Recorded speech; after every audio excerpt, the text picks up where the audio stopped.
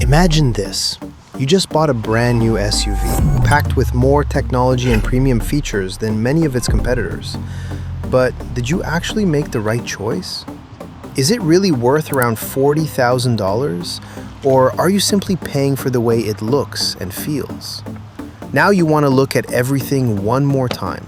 The exterior, the interior, the technology, the space for your family, and most importantly, did Mazda finally fix the biggest complaints from the previous generation? And after living with it, would you still buy it again? This is the all-new Mazda CX-5 Premium Plus, picked up from Beaver Mazda, where you found the best deal and an outstanding buying experience. Let's find out. The first thing you want to do is just take in the way this Mazda looks, especially in this color. It honestly suits the CX-5 perfectly. But there are a few surprises waiting for you. Naturally, you open the driver's door because this is where you'll spend most of your time with the car. The moment you get in, you're greeted by a pleasant chime. You press the start button, and right away you begin noticing all the little details around you. The technology is better than you might expect. This light-colored leather interior gives the cabin a premium feel, and the seats really stand out with this color combination. Then you start paying attention to the things you'll use every single day. The upper part of the door is finished in durable, soft-touch material, while down here you'll notice the Bose speaker badge. The door handle itself is finished in durable plastic, but it feels solid and doesn't really raise any concerns. There's also ambient lighting built into the door, and you can change the colors or turn it on and off whenever you want. Down below, there's a large bottle holder, although this lower section is made from harder plastic. Then your attention goes straight to the seats. The color combination looks fantastic, and the leather feels genuinely nice for this class. They're perforated too, which means you get ventilated seats in this trim. You'll also find power seat adjustments, so it's easy to get comfortable no matter your height. And Mazda actually has one more surprise waiting for you, but we'll get to that when we talk about the technology. Then you look at the center console, and this is where the new CX-5 still feels familiar if you spent time in the previous model. You get two large cup holders plus a separate space beside them where you can easily place your phone. But the wireless charging pad is located in a more interesting spot, underneath the center armrest. At first, it seems unusual, but it keeps the phone out of the way, and when you need it, it's still easy enough to reach. The center armrest itself feels a little more premium than before, although its design is still very recognizable for Mazda. It opens from both sides, which is a nice detail. There isn't a huge amount of storage inside, but the way everything opens and feels gives this area a small touch of premium quality. Overall, when it comes to the materials, you can tell Mazda made a few compromises. There is quite a bit of hard plastic throughout the cabin, and that's something you'll notice if you start looking closely. At the same time, the parts you touch the most feel solid, and everything is put together really well. Nothing rattles, nothing feels loose, and the interior gives you the impression that it's built to last. So yes, you do see where Mazda saves some money, especially on some of the lower panels. But after spending some time in the car, that doesn't really become the first thing on your mind. Instead, it just feels like a well-built Japanese SUV that's focused more on durability than trying to impress you with soft materials everywhere. And then of course you start looking at the technology right in front of you. You get a really clear head-up display, a digital gauge cluster, and a huge center screen in this trim. There is a lot packed into that display. And naturally you want to spend some time exploring everything it can do. But before that, your attention goes back to the panoramic roof. It isn't the largest panoramic roof in the class, but the front section opens to let in some fresh air. And with this light interior and the mix of materials around the cabin, it brings in even more natural light and makes the whole space feel more open. After spending some time inside, you catch yourself wanting to walk around the car one more time. In this color, the CX-5 looks far more expensive than you might expect. Even though it's still a relatively affordable SUV, especially compared to many premium brands, it has a lot of presence. Mazda gave the front end a noticeable refresh. The headlights have that clean, unmistakably Japanese design with a sharp LED lighting signature that looks especially good at night. The grille is still instantly recognizable as a Mazda, and the lower front fascia gives the SUV a slightly wider, more planted stance. One thing you notice pretty quickly is that this new generation is a little bigger than before. It's longer overall, and the cabin feels a bit more spacious, which makes a difference once you're actually living with the car. Then you turn on the hazard lights and walk toward the rear. This is one of those little details that doesn't sound important until you see it. The LED turn signals have a smooth fading animation instead of simply turning on and off, and it gives the rear of the car a more refined look. Mazda also redesigned the back of the CX-5, and honestly, this might be your favorite angle. It looks clean, modern, and more premium than you'd expect at this price point.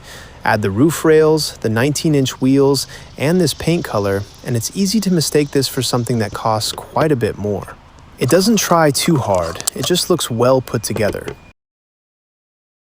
Before we jump into the technology, there's one thing that's worth mentioning about the way the CX-5 is built. It uses a fully independent rear multi-link suspension, and you can actually feel the difference once you get on the road. It does a really good job of soaking up bumps without making the SUV feel floaty, and at the same time, it stays composed through corners. Ground clearance is 8.4 inches, which is more than enough for everyday driving, rough roads, gravel, or the occasional dirt trail. It's not an off-road SUV, but you won't be worried every time you pull into a steep driveway or drive over uneven pavement. It's one of those things you probably won't think about on a test drive, but after living with the car for a while, you start to appreciate just how comfortable and well-balanced the suspension really is. Now it's time to explore the technology because there's quite a bit to go through. The first thing you notice is this large center display. It's responsive, easy to navigate, and you could honestly spend a while just exploring everything that's built into it. Right away, you can switch between normal, sport, and off-road drive modes. And every time you do, the digital gauge cluster changes its appearance to match the selected mode, which is a nice touch. One thing that stands out is the climate control. Everything is built into the screen, and that might not be everyone's favorite solution at first.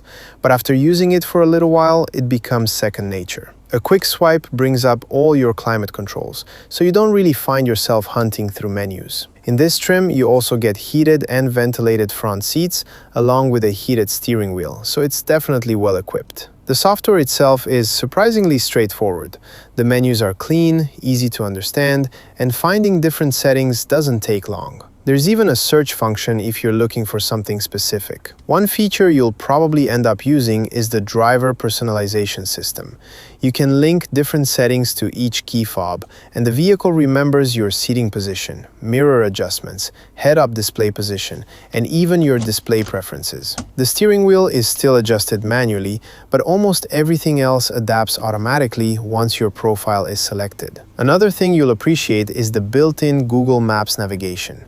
You don't have to reach for your phone every time you need directions, and on this large display, the maps are genuinely easy to use. And since this is still a brand new model, you'll probably want to stop by the dealership at some point and make sure the software is updated to the latest version. That's just part of owning a brand new vehicle these days.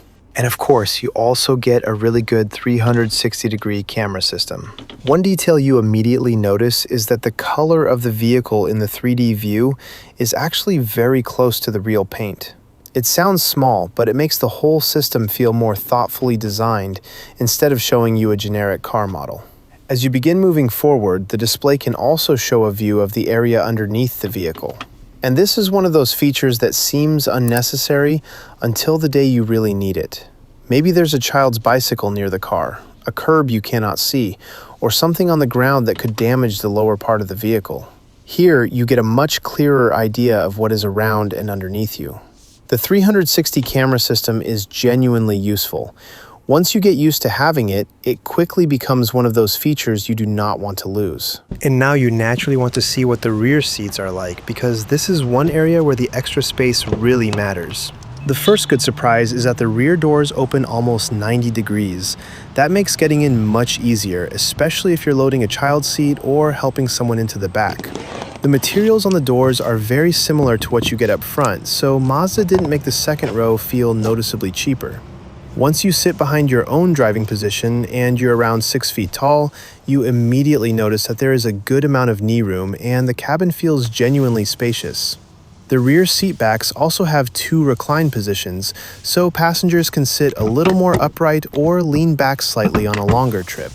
The backs of the front seats are fully upholstered rather than covered in hard plastic, and you also get a storage pocket, a comfortable center armrest with cup holders, and air vents in the middle. In this trim, the rear seats are heated too, which is a really nice feature at this price point. But there is one thing you should know. The seat cushions are not especially long, so if you're around 6 feet tall, you may feel that your legs are not fully supported underneath. And once again, the panoramic roof helps the rear of the cabin feel brighter and more open, even though it doesn't completely transform the amount of physical space. And the front passenger seat matters too, because this is where someone riding with you will spend most of their time. There is nothing especially unusual here, but you do get power seat adjustments, which is a really nice feature at this price point. Some competitors, including certain Toyota trims, still give the passenger a manually adjusted seat for similar money. Once you sit down, the first thing you notice is how much open space there is in front of you. The center console sits slightly farther forward, so it does not crowd your knees or make the passenger side feel narrow. And honestly, that is a little surprising. From the outside, the CX-5 does not look like an especially large SUV, but from this seat, the cabin feels noticeably more open and spacious than you might expect. And now it's time to check one of the most important parts of any SUV. The cargo area. The first thing you do is fold the second row, and right away you notice that the load floor is almost completely flat. That makes a big difference when you're loading larger items. The power liftgate opens quickly, and Mazda already includes a cargo cover, which is always nice to have. You also get this removable cargo organizer, so if you don't need it, you can simply take it out and free up even more space. One thing that immediately catches your eye is the way the cargo area is finished.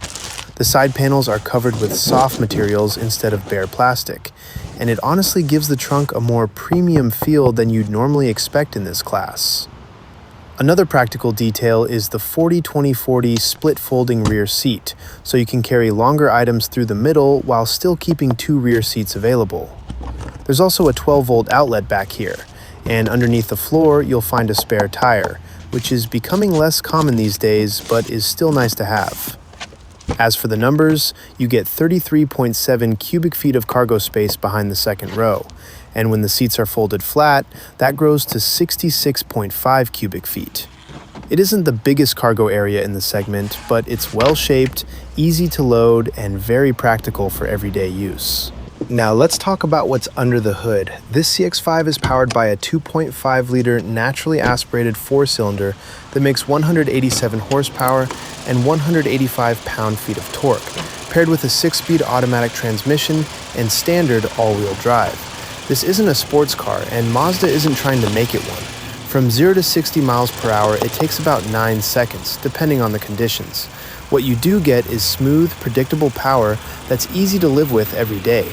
Whether you're driving through the city, merging onto the highway, or taking a weekend trip, the engine always feels relaxed and linear. Fuel economy is rated at 24 miles per gallon in the city, 30 miles per gallon on the highway, and 26 miles per gallon combined, so it stays efficient without asking you to give up all-wheel drive. And now comes the most important part, how this car actually feels on the road. The technology in front of you immediately makes the CX-5 feel modern. The 360-degree camera, digital gauge cluster, and head-up display all work together without distracting you. And because the car is still compact, it is easy to place in traffic and simple to park. But this is still a Mazda, and you feel that in the suspension. It is firmer than some competitors, especially over rough pavement. For some people, that may be a downside. But that firmness is also part of the reason the CX-5 feels so controlled through corners. Even though this is an SUV, it does not feel disconnected or overly soft. You can actually feel what the car is doing underneath you. Switch into sport mode and the transmission holds the gears longer and responds a little faster. It makes the car more enjoyable, but you still need to be realistic. Acceleration is not the strongest part of this version. Mazda clearly focused more on predictable performance and long-term reliability than outright speed. And one detail you really notice at night is the adaptive front lighting. The headlights turn with the steering, helping you see farther into a corner instead of only lighting the road directly ahead. You may even catch yourself parking for a moment just to look back at it. The front end looks sharp, aggressive, and much more expensive than you would expect. Overall, this CX-5 is not perfect. The suspension may feel firm and the engine may leave you wanting more power. But for the money, very few competitors combine this level of technology, design, interior quality, and driving feel in the same package. And after spending time with it, the biggest surprise is simple. This Mazda feels even better than you expected before buying it.